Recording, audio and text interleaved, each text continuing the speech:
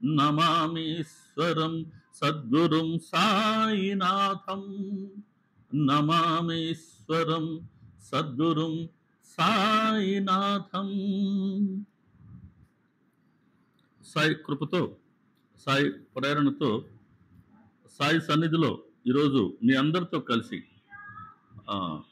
మన మన సంస్థ ద్వారా ఈరోజు ఈ సాయంత్రం మనందరం కూర్చొని బాబాగారి స్మరణ చేసుకునే భాగ్యం కలిగించిన దానికి బాబాగారికి, అలాగే మరలా జనవరి ప్రోగ్రాం తర్వాత మీ అందరితో కలిసి కాసేపు బాబాగారి గురించి 4 మాటలు పంచుకునేందుకు అవకాశం ఇచ్చిన బాబాగారికి, అలాగే ఈ సత్సంగంలో పాల్గొనేందుకు జాయిన్ అయిన మీ అందరికీ నా నమస్కారాలు తెలియజేస్తూ, ఈరోజు ఇదే బాబాగారి అనుగ్రహం అంటే మనం ఏదన్నా ఆయన గురించి 4 మాటలు చెప్పుకోవడం, దాని నుంచి మనం ఏమి నేర్చుకోవాలో గ్రహించగలగటం, ఇది భగవంతుడి అనుగ్రహం ఉంటేనే సాధ్యమవుతుంది. భగవంతుడి అనుగ్రహం ఉంటేనే శ్రవణ లాలస కలుగుతుంది అంటుంది సచ్చరిత్ర. కాబట్టి ఒక్కసారి ఆ శ్రవణ లాలస కలిగితే ఇంకా ఎక్కడున్నా సరే మనం వచ్చి కార్యక్రమంలో జాయిన్ అయిపోతూ ఉంటాం. ఇది సహజంగా జరుగుతుండేటువంటి ఒక ప్రక్రియ. అంతే సత్సంగం అనాదిగా ప్రపంచానికి మన భారతదేశం పరిచయం చేసిన ఒక మహోత్కృష్టమైన ఆధ్యాత్మిక సాధన సత్సంగం అంటే. సరే, ఈరోజు మనం బాబా గారి గురించి చెప్పుకునేందుకు ఇవ్వబడిన సబ్జెక్ట్ ఏంటి అంటే సాయి తత్వం, ప్రేమతత్వం, సాయి సమర్థత. ఈరోజు బాబా గారు స్ఫురింపు చేసినంత మేరకి మనం ఈ అంశాన్నే చర్చించుకుందాం. సాయి తత్వం. తత్వం అనగానే తత్ ప్లస్ త్వం. తత్ అంటే అది, త్వం అంటే మీరు. ఇప్పుడు నాకు నేను చెప్పుకునేటప్పుడు నేను, కాబట్టి తత్వం అంటే తత్ ప్లస్ మీరు, లేదా తత్ ప్లస్ నేను. తత్ అంటే ఎవరు? సకల సృష్టికి మూలమైన ఆ భగవంతుడు.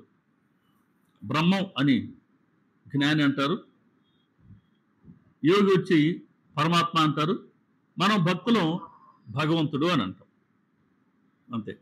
కాబట్టి ఏదైనా సరే సృష్టికి ఎవరైతే మూలమో ఆ భగవంతుడే తత్. కాబట్టి సృష్టికి మూలమైన భగవంతుడికి నాకు లేదా మనకు మధ్యలో ఉన్న ఈ సంబంధం ఏమిటి అనే దాన్ని తెలియచేసేదే తత్వజ్ఞానం. యావజ్జీవం తత్వజ్ఞానాన్ని పొందేందుకు ప్రయత్నిస్తూ ఉండండి అంటుంది సచ్చరిత్ర. తత్వజ్ఞానం అంటే అది భగవంతుడికి మనకు మధ్యలో సంబంధం ఎటువంటిది అని మనకు తెలియచేసేది. ఈ తత్వజ్ఞానాన్ని తెలియజేసుకునేందుకు మనకు దోహదపడే శాస్త్రం తత్వశాస్త్రం. ఇక్కడ సాయి తత్వం అంటున్నాం. సాయి తత్వం అంటే తత్ అంటే సకల సృష్టికి మూలమైనటువంటి సాయిబాబా గారికి మనకు మధ్యలో ఉన్న సంబంధం ఎటువంటిదో తెలిపేది సాయి తత్వం. ఆ సాయి తత్వాన్ని మనకు గ్రహింప చేసేది మన సాయి సచ్చరిత్ర. సరే, తర్వాత ప్రేమతత్వం.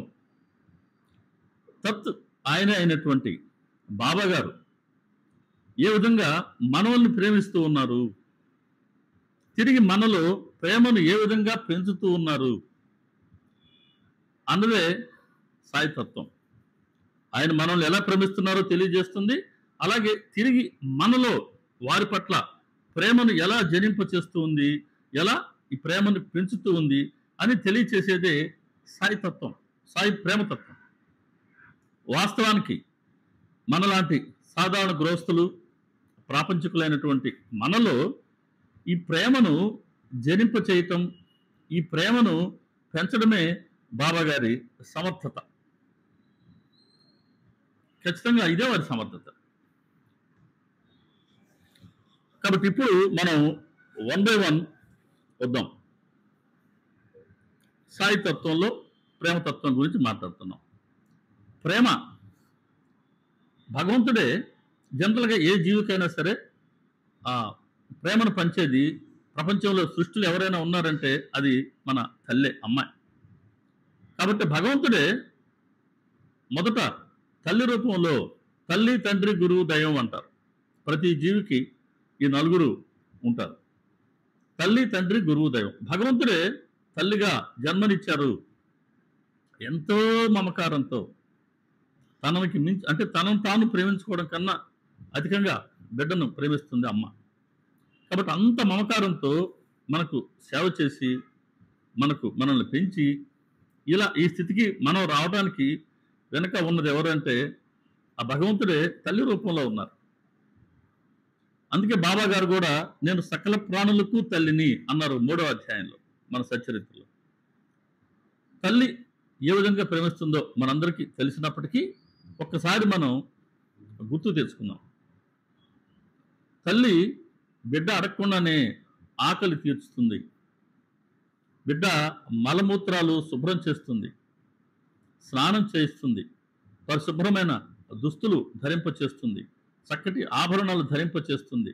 బిడ్డ ఎదిగే కొద్దీ మంచిగా ఎదగాలని, యోగ్యుడు కావాలని, తన బిడ్డ జీవితంలో మంచివాడిగా, యోగ్యుడిగా, ఆదర్శవంతుడిగా నిలబడాలని కలలు కంటూ ఉంటుంది. అహర్నిశలు ఆ తల్లికి ఎవరి గురించి ఆలోచిస్తుంది అని అంటే అది బిడ్డ గురించే. తన గురించి తనకన్నా ఎప్పుడు తన బిడ్డల గురించే తల్లి ఆలోచిస్తూ ఉంటుంది. బిడ్డ అడగనక్కర్లేదు. చిన్నపిల్లలప్పుడు మొదటి బర్త్డే అప్పుడు బిడ్డకేం తెలియదు అసలు. తన బర్త్డే జరపమని అడిగేందుకు బిడ్డకి తెలియదు. బిడ్డ అడగకపోయినా తన శక్తి కొద్దీ ఆ బిడ్డ తొలి జన్మదినాన్ని ఘనంగా, వైభవంగా ఆ తల్లి జరుపుకుంటుంది. తన జీవితంలో తన బిడ్డ అత్యంత మధురం ఆ తల్లికి. కాబట్టి ఈ బిడ్డ యోగ్యుడు కావాలని, 10 మంది మంచిగా గుర్తించాలని తల్లి తపన పడుతూనే ఉంటుంది. సరిగ్గా ఇదే అమ్మ తత్వాన్ని పుణికిపుచ్చుకున్నారు బాబా గారు. సరే, భగవంతుడే తల్లిగా జన్మనిచ్చారు, ఈ విధంగా మనకి సేవ చేస్తున్నారు. తండ్రిగా ఆయనే మనల్ని పోషించారు. ఇదిగో ప్రాపంచిక జీవితంలో మనం ఈ స్థితిలో ఉండేందుకు తండ్రిగా తను చేయవలసిందంతా ఆయన చేశారు. ఇప్పుడు 3వ వ్యక్తి గురువు. భగవంతుడే గురువుగా లౌకిక విద్య నేర్పించాడు. ఇప్పుడు ఆయనే గురువుగా, సద్గురువుగా, సమర్థ సద్గురువుగా మనల్ని ఆధ్యాత్మిక మార్గంలో నడిపించేందుకు ఆయనే తిరిగి భగవంతుడిని దర్శింప చేసుకునేందుకు ఈ గురువు పాత్ర ఉంటుంది. ఇది మనకు తెలిసిందే. అటువంటి గురువే, అటువంటి సద్గురువే, అటువంటి సమర్థ సద్గురువే మన బాబా గారు. బాబా గారు కూడా తల్లితత్వాన్ని పుణికిపుచ్చుకున్నారు. ఎలాగైతే తల్లి బిడ్డ గురించే అహర్నిశలో చింతన చేస్తూ ఉంటుందో, ఆలోచిస్తూ ఉంటుందో, సద్గురువు ఏ రుణానుబంధమో మనకు తెలియదు. మనం కోరుకోకుండానే మనల్ని ఆయన వద్దకు రప్పించుకున్నారు. ఎలాగైతే బిడ్డ కోరకుండానే తల్లి ఆకలి తీరుస్తుందో, బిడ్డ కోరకుండానే బిడ్డకు ఏ వస్తువు అయితే ఇష్టమో దాన్ని తయారు చేసి వండి పెడుతుందో, అలాగే మనం కోరుకోలేదు బాబాగారితో పరిచయం కావాలని. కానీ ఆయనే ఏ రుణానుబంధమో తెలియదు, ప్రేమగా ఆయన వద్దకు రప్పించుకున్నారు. ఆయన గురించి ఆయనే మనకు తెలియచేసుకున్నారు. అది సచరిత్ర పారాయణ ద్వారానా, సత్సంగాల ద్వారానా, షిరిడి ప్రయాణాల ద్వారానా, ఇతరత్ర హారత పాటల ద్వారానా, ఎలాగైతే అనేక రకాల నామ సంకీర్తన, ఇన్ని మార్గాలు ఉన్నాయి. ఏదో ఒక మార్గంలో ఆయన మనల్ని వారి వద్దకు రప్పించుకున్నారు. ఆయన గురించి ఆయనే తెలియచేసుకుంటూ ఉన్నారు. క్రమక్రమంగా మనలో ఉండే ప్రాపంచికత ఏంటో మనకు తెలియచేస్తూ, ఆయనకి మనకు ఉన్న అడ్డంకులు ఏంటో ఆయన మనకు తెలియచేస్తూ, క్రమక్రమంగా ఆయన మన మనసులోకి ప్రవేశించి తర్వాత ఆయన మార్గంలోకి మనల్ని నడిపిస్తూ, మనలో ఉండే దుర్గుణాలు, వీటిని అడ్డంకులు, అర్షడ్వర్గాలు, వీటిని క్రమేణా తొలగిస్తూ వాటి స్థానంలో సద్గుణాలు అనే ఆభరణాలు మన చేత ధరింపచేసి మన అంతఃకరణాన్ని పరిశుద్ధపరిచి, ఆయన చూడు నా బిడ్డ ఎంత పరిశుద్ధంగా ఉన్నాడని ఇప్పుడు ఆయన మురిసిపోతూ ఉంటారు. తల్లితత్వమే బాబాగారి తత్వం. సృష్టిలో మనల్ని ప్రేమించేది తల్లి ఈ జన్మకి పరిమితం. కానీ సద్గురు, గురుమాత, ఈ గురుమాత మనకున్న రుణానుబంధం ఇది ఎప్పటికీ తీరేది కాదు. ఇది ఎప్పటికీ కొనసాగుతూ ఉండేది. ఇది మనం ఎప్పుడు కొనసాగుతూనే ఉండాలి. ఆయన రుణం మనకు తీరేది అయితే కాదు. తల్లి 9 మాసాలు మోసింది బిడ్డని, లోపల నుండి ఈ బయట ప్రపంచంలోకి తీసుకువచ్చింది. కానీ గురుమాత మన మనసును ఈ ప్రాపంచకత నుండి వెనక్కి మరలించి అంతర్ముఖం చేస్తుంది, లోనికి తీసుకువెళ్తుంది. కాబట్టి ఈ ప్రేమతత్వాన్ని ఈరోజు మనం బాబా గారు స్ఫురింపజేసినంత మేరకి మనం చెప్పుకుందాం, దర్శించుకుందాం. సరే, బాబా గారు మనలో ఎలా ప్రేమని, ఆయన ఎలా మన ప్రేమను పెంచుతున్నారు, మనకు ఆయన తల్లిలాగే మనకు ఆయన ప్రేమను పంచుతున్నారు, ఇది మనం చెప్పుకుంటూ ఉన్నాం. తిరిగి మనలో ఆయన ప్రేమను ఎలా జనింపజేస్తున్నారు, ఎలా వారి పట్ల మనలో ఉండే ప్రేమను పెంచుతున్నారు, దీన్ని మనం గ్రహిస్తే ఖచ్చితంగా ఇదే బాబా గారి సమర్థత. వాస్తవానికి స్థూలంగా చెప్పుకోవాలి అని అంటే బాబా గారి సమర్థత ఏంటి అని అంటే, వారిలో ఉన్నటువంటి సర్వజ్ఞత్వం, సర్వవ్యాపకత్వం, సర్వాంతర్యామిత్వం, పంచభూతాలని శాసించగలగటం, అలాగే తమను ఆశ్రయించిన వారిని భవసాగర తీరాన్ని తరింప చేయటం, ఆ జీవుడికి మళ్ళీ జన్మంటూ లేకుండా జన్మరాహిత్యాన్ని, దాన్నే మోక్షం, అదే జ్ఞానప్రాప్తి, ఇటువంటి స్థితిని కలగ చేయటం, ఇది వారి సమర్థత. ఈ కార్యం నెరవేర్చాలి అని అంటే ముందు మనలో ప్రేమ జనింప చేయాలి. ప్రేమ జనించందే చివరైనటువంటి భగవత్ప్రాప్తి కలగదు. ప్రేమ ఎలా జనిస్తుంది? ప్రేమ జనించడానికి ఒక సాధకుడు, లేదా మనలాంటి గృహస్థుడు అనుకోండి, ఎన్ని మెట్లు ఎక్కాలి అని కనుక మనం ఒకసారి ముందు తెలుసుకుంటే, సద్గురువు మన కోసం ఎంతగా ప్రయత్నిస్తున్నాడో అని ఆయన ప్రేమ మన మనసును స్పృశిస్తుంది. కాబట్టి ప్రేమ ఎలా జనిస్తుంది? ప్రేమ ఎన్నో మెట్లో ఉంది మన జీవితంలో అని అంటే, మొట్టమొదట దీనికి రామకృష్ణ పరమహంస గారు చక్కటి వివరణ ఇచ్చారు. రామకృష్ణ కథామృతం అనే గ్రంథంలో వాల్యూమ్ 2లో ఇచ్చారు ఆయన. అది 3 వాల్యూమ్లు ఉండే గ్రంథం. దాంట్లో వాల్యూమ్ 2లో ఆయన స్పష్టంగా చెప్పారు.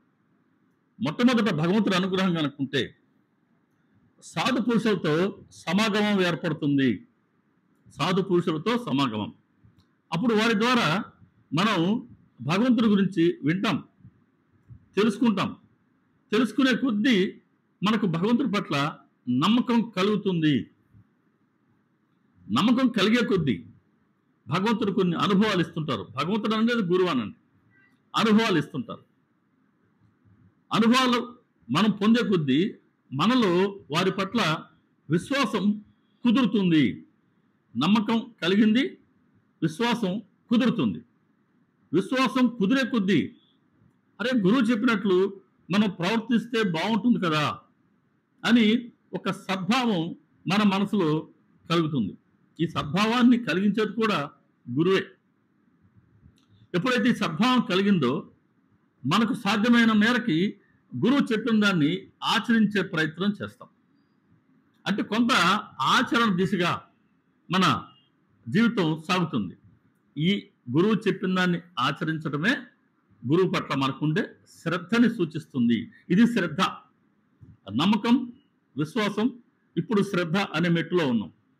ఇలా గురువు చెప్పిన దాన్ని మనం ఆచరించే కొద్దీ ఇక వింటే గురువు లేదా భగవంతుడి గురించి మాత్రమే వినాలి, లేదా ఏదన్నా ఒక కార్యం కనుక చేస్తే అది భగవంతుడి కార్యం లేదా గురు కార్యం మాత్రమే చేయాలి అన్న ఒక గట్టి స్థితి ఏర్పడుతుంది. ఇదే నిష్ఠ. కాబట్టి 4వ మెట్టు నమ్మకం, విశ్వాసం, శ్రద్ధ, నిష్ఠ. నిష్ఠ ఏర్పడిన తర్వాత ఇక ప్రపంచంలో ఉండే ఏ ఇతర విషయాల పట్ల కాకుండా మనకు ఆ భగవంతుడి పట్ల, దేవీ దేవతల పట్ల లేదా గురువు పట్ల ఇష్టత ఏర్పడుతుంది. ఇష్టత మనకు తెలిసిందే. రకరకాల వస్తువుల మీద, వ్యక్తుల పట్ల, విషయాల పట్ల, పదార్థాల పట్ల మనకు ఇష్టత ఉంటుంది. ఇది మన జీవితంలో సహజం. కానీ నిష్ఠ ఏర్పడిందా? ఈ ఇన్ని విషయాలలో, వ్యక్తులలో, పదార్థాలలో ఈ ఉన్న ఈ ఇష్టత అంతా అది దేవి దేవతల వైపుకో లేదా గురువు వైపుకో మరుగుతుంది. అంటే ఈ స్థితిలో మనం భగవంతుణ్ణి లేదా గురువుని మాత్రమే కోరుకుంటాం. ఇది భక్తి. ఇది భక్తి. అంటే నిష్ఠ తర్వాత ఉన్నటువంటి తర్వాత మెట్టు భక్తి. ఇలా భక్తి సలిపే కొద్దీ, భగవంతుని ఇష్టపడే కొద్దీ, భగవంతుడి కోసమే మనం జీవించే కొద్దీ, భగవంతుడి కోసమే అన్ని కార్యాలు చేస్తుండే కొద్దీ భగవంతుడితో మనకొక పవిత్రమైన సంబంధం ఏర్పడుతుంది. ఆయనకి మనకు మధ్యలో ఒక పవిత్రమైన సంబంధం ఏర్పడుతుంది. ఆ పవిత్ర సంబంధమే అంటే భక్తి పరిపక్వత పొందే కొద్దీ భావం జనిస్తుంది అంటారు. భావం అంటే ఏంటి అని అంటే భగవంతుడికి మనకు మధ్యలో ఏర్పడిన పవిత్ర సంబంధాన్ని మనం ఏ దృష్టిలో చూస్తున్నాం అన్నది భక్తి భావం అంటారు. ఈ భావం అంటే ఈ భక్తి భావం 5 రకాలుగా చెప్తారు పెద్దలు. ముందు థియరీ చెప్తున్నాను. థియరీ చెప్పిన తర్వాత బాబా గారు ఏ విధంగా మనలో ప్రేమ జరింపజేస్తారని ఒక కేస్ స్టడీ తీసుకుందాం. దాంతో అసలు బాబా గారి సమర్థత ఏంటో మనకు అణువణువున దర్శనమిస్తుంది. కాబట్టి మొదట థియరీ కాస్త జాగ్రత్తగా మనం గ్రహించాలి. నమ్మకం, విశ్వాసం, శ్రద్ధ, నిష్ఠ, భక్తికి వచ్చాం. భక్తి పరిపక్వత పొందితే భావం ఏర్పడుతుంది. అంటే భగవంతుడికి మనకు మధ్యలో ఉన్న సంబంధాన్ని మనం ఏ విధంగా చూస్తున్నాం అన్నదే ఈ భక్తి భావం. దీంట్లో శాంత భావం మొదటిది. శాంతంగా భగవంతుడిని సేవించుకోవడం. ఉదాహరణకి ధర్మరాజు భారతంలో, మన బాబా గారి సచరిత్రలో భగత్ మహల్సపతి వీళ్ళు శాంతభావంతోనే ఉన్నారు. వాళ్ళ సాధన అంతా శాంతభావంతోనే సాగింది. ఇక 2 వాత్సల్య భావం అంటే మాతృభావం అని కూడా అంటారు. యశోద కృష్ణ పరమాత్మని తన బిడ్డగా భావించింది. కౌసల్యమాత రామచంద్రుల వారిని తన బిడ్డగా భావించింది. ఒకడు మాత వెంకటేశ్వర స్వామిని తన బిడ్డగా భావించింది. బాయిజాబాయి బాబా గారిని తన సోదరుడిగా భావించింది. ఈ విధంగా వీళ్ళందరూ వాత్సల్య భావంతో భగవంతుణ్ణి సేవించుకున్నారు. దాస్యభావం మూడోది. అయ్యా నువ్వు యజమానివి, నేను నీ దాసుడిని అన్న భావం. ఆయన యజమాని, మనం ఆయన సేవకులం, ఆయన దాసులం. ఆయన ఏం చెప్తే అది మనం చేయాలి అంతే. ఇది దాస్యభావం. ఆంజనేయ స్వామి రామచంద్రుల వారిని ఆయన దాసుడిగానే కదా రామదాస్ అంటాం, రామబంటు, శ్రీరామబంటు అంటాం. అలా ఆయన దాసుడిగా శ్రీరాముల వారు యజమానిగానే ఆంజనేయ స్వామి గారు రాముల వారిని సేవించుకున్నారు. ఓ పర్యాయం రాముల వారు అడిగారు హనుమంతుడిని, హనుమ నువ్వు నన్ను ఏ విధంగా చూస్తున్నావు అంటే ఏ భక్తి భావంతో నువ్వు నన్ను చూస్తున్నావు అని అన్నారు. దానికి ఆంజనేయ స్వామి కాబట్టి జవాబు చెప్పారు, అయ్యా రామ, నేను కనుక శరీరాన్ని అనుకుంటే నేను దాసుడిని, నీవు యజమానివి, దాస్యభావం. నేను కనుక జీవాత్మను అనుకుంటే నువ్వు పరమాత్మవి, నేను నీలో ఒక చిన్ని అంశను మాత్రమే. లేదా నేను కూడా ఆత్మని అనుకుంటే ఇక నీకు నాకు భేదం ఉండదు రామా. అంటే సాధకుడు ఎక్కడి నుంచి ఏ స్థితిలో ఉండాలన్నది కూడా హనుమంతుల వారి జవాబులో మనం గ్రహించవచ్చు. మనకు అంటే మనలాంటి సామాన్యులకు, గృహస్థులకు, ప్రాపంచికులకు అనువైనటువంటి భావం ఏంటి అని అంటే దాస్యభావం. బాబా గారే చెప్పారు, నేను అల్లాని స్మరించేవాడిని, ఈశ్వరుడికి విశ్వాసపాత్రుడనైన వారి దాసుణ్ణి, నేను అన్నల హక్కును కాను. అంటే నేనే దేవుడిని అని చెప్పట్లేదు, నేను యాదవ హక్కును మాత్రమే. 34వ అధ్యాయం సచ్చరిత్రలో నేను అహర్నిశలో భగవంతుడిని గుర్తు తెచ్చుకుంటూ ఉంటా, వారిని స్మరిస్తూ ఉంటా. నేను ఆయన పాద సేవకుణ్ణి మాత్రమే. బాబా గారే ఈ దాస్యభావాన్ని ఆయన వహించారు. రామకృష్ణ పరమహంస గారు ఆయన కాళికామాతకి భక్తుడు కదా, చాలాసార్లు చెప్తారు, అమ్మా నేను నీ చేతిలో పనిముట్టునమ్మా, ఈ పనిముట్టుని ఎలా ఉపయోగించుకుంటావో నీ ఇష్టం. కాబట్టి ఈ దాస్యభావం అన్నటువంటిది మనందరి స్వభావాలకి సరిపడా ఉండేది. నేను నేను నేను అనుకుంటూ ఉంటాం. ఈ నేను అన్నది సాధారణంగా మనలో తొలగిపోదు. నేనులో కూడా 2 రకాల నేనులు ఉంటాయి. విద్య నేను, అవిద్య నేను. విద్య నేను భగవంతుడికి మనల్ని చేరువ చేసేది. ఇది దాస్యభావంతోనే. నేను అనే భావం తొలగిపోవట్లేదా? అయ్యా, నేను నీ చేతుల పనిముట్టిని, నేను దాసుడిని, నువ్వు యజమానివి, నువ్వు ఎలా చెప్తే నేను అలా చేస్తాను. హేమడ్ పంత్ గారు కూడా అండి, ఆయన హేమడ్ పంత్ సచరిత్రను రచిస్తూ అనేక పర్యాలు చెప్తారు. ఈ మాట నేను రాయడం లేదండి, బాబా గారే నా చేతిని పట్టుకొని కళాన్ని గిరగిరా తిప్పుతున్నారు. నాకుగా నేను గ్రంథాన్ని రచించాలి అని అంటే అస్సలు కలం తిరిగేదే కాదు, అక్షరం అక్షరం జోడయ్యేది కాదు. కానీ బాబా గారు కనుక రచింప చేయదలుచుకుంటే ఆయనే నా చేతిని పట్టుకొని కళాన్ని గిరగిరా తిప్పుకుంటూ రాశారండి. ఈ మాట చెప్తుంది బాబానే, ఈ మాట చెప్తుంది నేను కాదు అని అనేక పర్యాయాలు ఆయన మనకు గుర్తు చేశారు. అలా బాబా గారి చేతిలో పన్ముట్టుగానే హేమడ్ పంత్ గారు సచ్చరితని రచించారు. కాబట్టి దాస్యభావం ఇది. తర్వాత భావం సఖ్యభావం.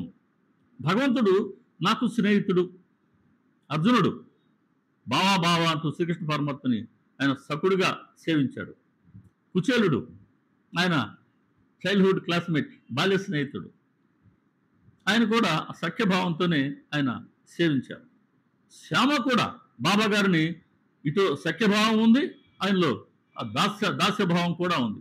అత్యంత సన్నిహితంగా సేవించుకున్నాడు శ్యామ బాబా గారిని. ఎంతో ఇద్దరి మధ్యలో ఉన్న సాన్నిహిత్యం మనకు తెలిసిందే సచ్చరిత్రలో. అంత సకుడుగా ఉంటున్నాడు. అదే సమయంలో బాబా గారి ఆజ్ఞను ఆయన తూచా తప్పకుండా పాటిస్తూ ఉండేవారు. అలా సఖ్యభావం స్నేహితుడిగా భావిస్తూ చేసుకునే సేవ.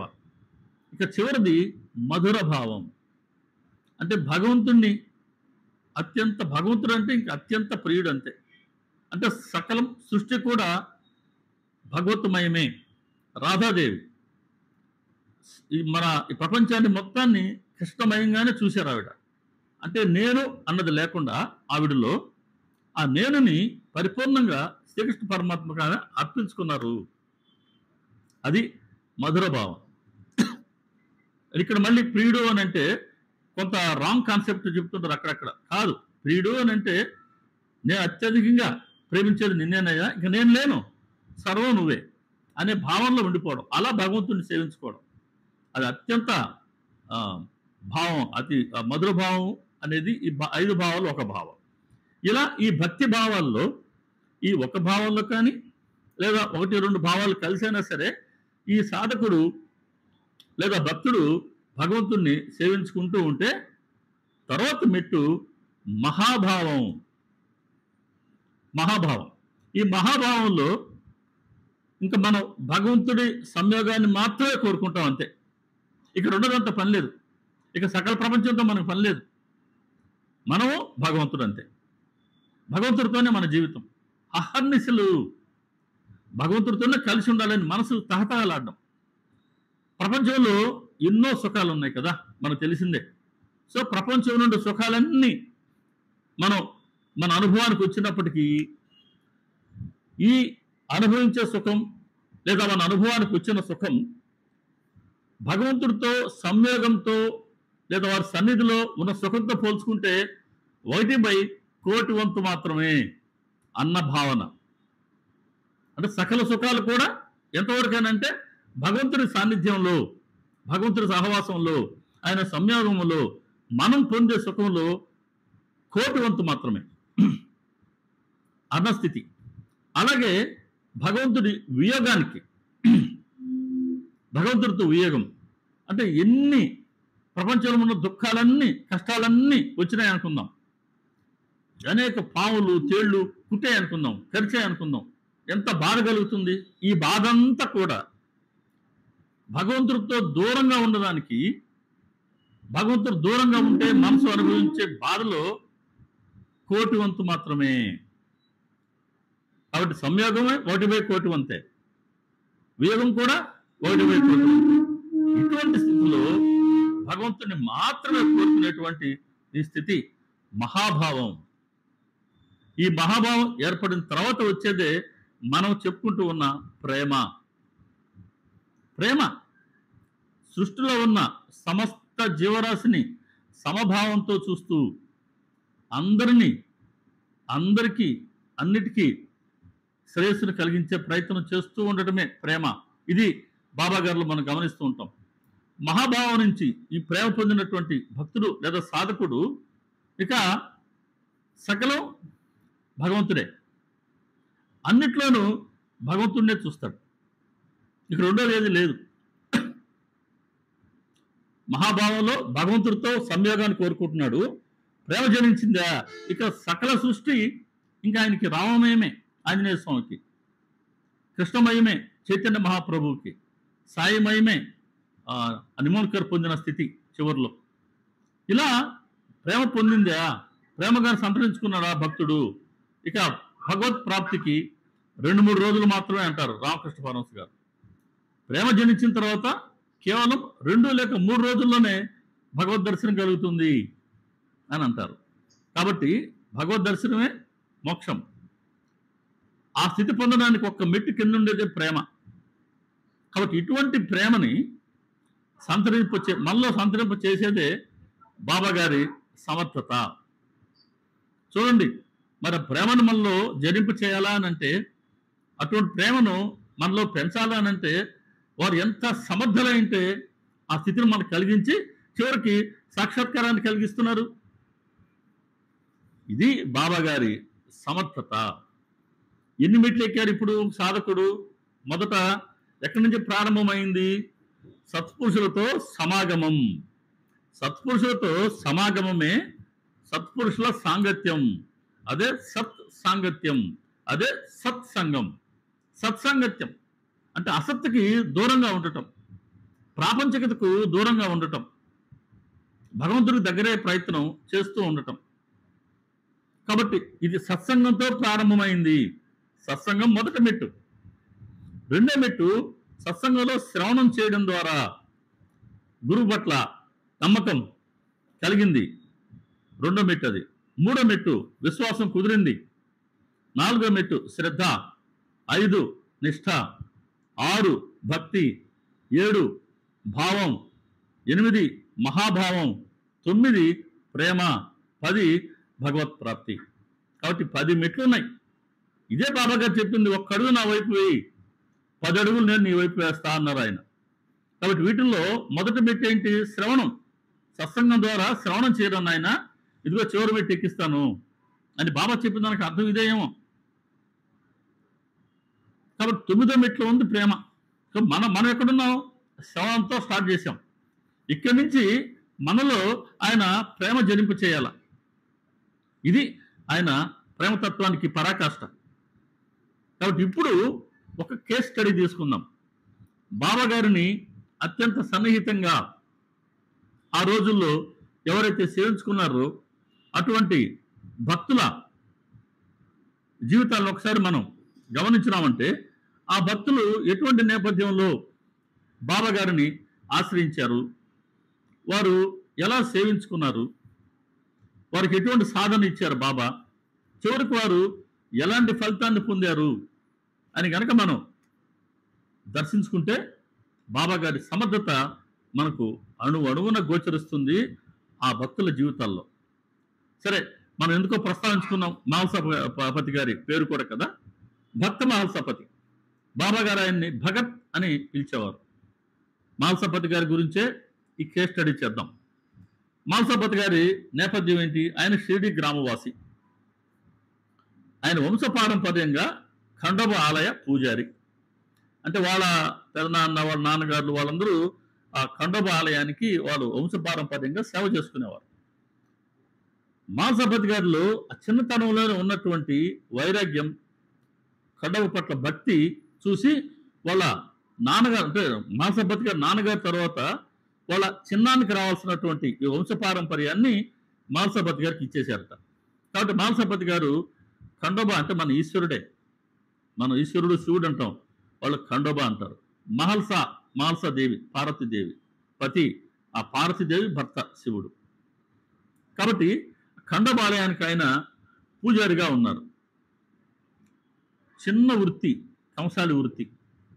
ఎంత షిరిడి, అక్కడ ఎన్ని గడపలు ఉంటాయి, అక్కడ ఆయన కంసాలి వృత్తి చేసుకుంటే ఆయనకి ఎంత రాబడి వస్తుంది. అది కాక ఈ ఖండోబా దేవాలయం దగ్గర అప్పట్లో ఒక 7.5 ఎకరాలు పొలం ఉండేదట, 7.5 ఎకరాలు. అప్పుడు దాని మీద వచ్చే ఫలింపు కూడా పెద్దగా ఉండేది లేదట. ఎవరైనా భక్తులు వచ్చి మాల్సపతి అంటే ఖండోబా గుళ్ళు ఏదన్నా వారు దేవుడికి సమర్పించుకుంటే ఆ వచ్చిన దాంతో, తర్వాత కంసాలి వృత్తితో వచ్చే ఈ చిన్న ఆదాయంతోనే వీళ్ళు కుటుంబాన్ని పోషించుకోవాలి. ఎంత ఎంత వస్తుంది రాబడి? వాస్తవానికి రోజుకి 2 పూటల భుజించడం కాదు కదా, రోజుకి 1 పూట భుజించిన రోజుల కన్నా వాళ్ళు పస్తులు ఉపవాసాలు ఉన్న రోజులే ఎక్కువ. అంతటి పేదరికాన్ని ఆయన అనుభవిస్తూ ఉన్నారు. ఆయనకు అప్పుడప్పుడు ఖండోబాతో తాదాత్మ్యం చెందేవారు. సహజంగా విరాగి మాల్సపతి గారు, విరాగి, వైరాగ్యం అప్పట్లో చిన్న వయసులోనే వైరాగ్యం అబ్బింది ఆయన. కారణ జన్ముడు అంతే. బాబాగారి అవతారంలో ఒక ప్రధానమైన పాత్ర పోషించడానికే మాల్సపతి గారు జన్మించుంటారు. మాల్సపతి గారు షిరిడీలో ఉన్నారు కాబట్టే భగవంతుడు అవతరించినప్పుడు సాయిబాబాగా ఆయన షిరిడీనే తమ కేంద్ర స్థానంగా ఆయన ఎన్నుకున్నారు అని అనిపిస్తుంటుంది. తాదాత్మ్యం చెందినప్పుడు మాల్సపతి గారు ఖండోబాతో ఆయన కొన్ని మాటలు చెప్తుండేవారు. ఆ సందర్భంలో ఆయన ఏ మాటలైతే చెప్పారో అవన్నీ అక్షరం అక్షరం నిజాలయ్యేవి. అంటే అప్పట్లో మన చిన్నతనంలో దేవి దేవతలు పూనతారు, పూనకాలు అన్నీ ఉండేటివి. ఇప్పటి కూడా పూనకాలు అన్నవి జనం నమ్ముతుంటారు. ఇప్పటికి ఉంది, మన ఆచారంలో ఉంది అది. ఇంకా 150-170 ఏళ్ల క్రితం ఇంకా ఆ పూనకం వచ్చినప్పుడు ఈ మాల్సపతి గారు ఏం చెప్పారో అవన్నీ భక్తుల అనుభవాలకు వచ్చేటంట. కాబట్టి ఆ సమయంలో ఆయన ఏం చెప్తారో అవన్నీ నిజంగానే వాళ్ళు నిజమని నమ్మేవాళ్ళు. మాల్సపతి గారు మంచి విరాగి అని చెప్పాను కదా, దానికి 2 ఉదాహరణలు చెప్తాను. ఒకటి, ఈయన చదువుకున్న చాలా తక్కువ చదువు, ఏదో వీధి బడి అంటాం కదా, ఆ వీధి బడిలో చదువుకున్నాడు. ఎంతవరకు అంటే వాళ్ళ కుల సంప్రదాయమైనటువంటి మహర్షి పురాణాన్ని చదవాలి, అంతవరకే నేర్చుకున్నారు ఆయన. ఆ షిరిడి గ్రామాల్లో కావచ్చు, ఆ చుట్టుపక్కల గ్రామాల్లో కావచ్చు, ఆ వంశీకుల లేకపోతే ఆ కులాచారం ప్రకారం ఉండేవాళ్ళ ఇళ్ళకి వెళ్ళి అప్పుడప్పుడు ఈ మహర్షి పురాణాన్ని ఆయన పఠించేవారు, వాళ్ళకి దాని అర్థాన్ని వివరించేవారు. అలా ఒకరోజు షిరిడీకి బహుశా ఒక 4-5 కిలోమీటర్ల దూరంలో ఉండే ఒక ఊరికి వెళ్ళారు ఆయన. నాకు ఆ మరాఠీ ఊరి పేర్లు సరిగ్గా సమయానికి గుర్తురావు. ఆ ఊరికి వెళ్ళారు ఆయన. అక్కడ చలిమంట వేసుకున్నారు, దాన్ని నెగడు అనేది అంటారు. రాత్రంతా ఆ చలిమంట వేసుకున్నారు, చలిమంట చుట్టూ కూర్చున్నారు, భగవంతుడు సంకీర్తన చేసుకున్నారు. ఈయన ఆ భగవంతుడి గురించి చెప్తున్నారు. ఈయనకున్న మంచి అలవాటు ఏంటంటే షిరిడీకి వచ్చే సాధువులు, బైరాగులు, ఫకీర్లతో తరచూ కలిసేవారు. వెళ్ళి వాళ్ళకి చిన్న చిన్న సేవలు చేసి మాల్సపతి గారు, కాశీరాం షింపే, అప్పబిల్ ఈ 3 మిత్రులు షిరిడి వాసులు ఆ ఊరికి వచ్చిన సాధువులకి, ఫకీర్లకి వీళ్ళు ఇటువంటి సేవ చేసుకునేవారు. అలా వాళ్ళ దగ్గర కూర్చున్నప్పుడు భగవత్ విషయాలు వీళ్ళు వినేవారు కదా. ఈ భగవత్ విషయాలనే మాల్సపతి గారు ఆ గ్రామంలో ఆ చలిమంటలో కూర్చున్నప్పుడు ఆయన చెప్తున్నారు. రాత్రి అంతా మేలుకున్నారు, రాత్రి అంతా భగవత్ ప్రసంగం జరిగింది, అంటే సత్సంగం జరిగింది. ఇక వేకువజామున ఆయనకి కాస్త శయనించారు, కాస్త నడుము వాల్చినారు. కాసేపటికి ఒక స్వప్నం వచ్చింది. ఆ స్వప్నంలో ఈయన ఖండోబాలయం వద్ద ఉన్నాడు, షిరిడీలో తన ఖండోబాలయం వద్ద ఉన్నాడు. ఒక నల్లటి భయంకరంగా ఉండే ఆకారం కలిగినటువంటి వ్యక్తి కనపడ్డారు. ఆయన చేతిలో ఒక కుండ ఉంది, రెండో చేతిలో ఒక రాయి ఉంది. నా కూర నాకు ఇవ్వు, లేదంటే ఈ రాయి నీ పైకి విసురుతా అంటున్నారు. ఆ నిద్రలోనే ఈయన ఈ వచ్చింది సాక్షాత్తు కాలుడు, మృత్యువే, మృత్యుదేవత అనుకున్నారు. సరే, ఖండోబాని స్మరించుకుంటూ భయపడుతూనే ఈయన కూర ఆయనకి సమర్పించారు. ఇంకా ఆయన కూర తీసుకున్నారు, రాయిని ప్రక్కన విసిరివేశారు.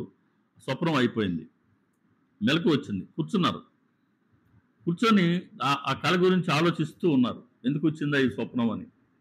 ఇంతలోనే షిరిడి నుంచి ఒక వార్తాహరుడు వీరి వద్దకు వచ్చి, మాల్సపతి గారు రాత్రి అంటే అప్పటి దీనికి 3 అమ్మాయిలు, 1 అబ్బాయి ఉండేవారు. మీ అబ్బాయికి చాలా తీవ్రంగా రాత్రి వ్యాధి వచ్చిందండి, మిమ్మల్ని వెంటనే తీసుకురమ్మన్నారు రండి అని అన్నారు. ఇంతకుముందే తను చూసిన స్వప్నాన్ని, ఈ వార్తను ఆయన బేరీజు వేసుకున్నారు. చాలా నెమ్మదిగా అడిగాడట, నిజం చెప్పు, అబ్బాయి చనిపోయాడు కదా అన్నాడంట. పాపం ఆ వచ్చిన వ్యక్తి ఒకసారిగా అంత తీవ్రమైన ఆ దుర్వార్త చెప్పలేక బాగలేకుండా వచ్చిందండి అన్నారు. కానీ మాల్సపతి గారు దాన్ని గ్రహించారు. ఆ స్వప్నం అదే.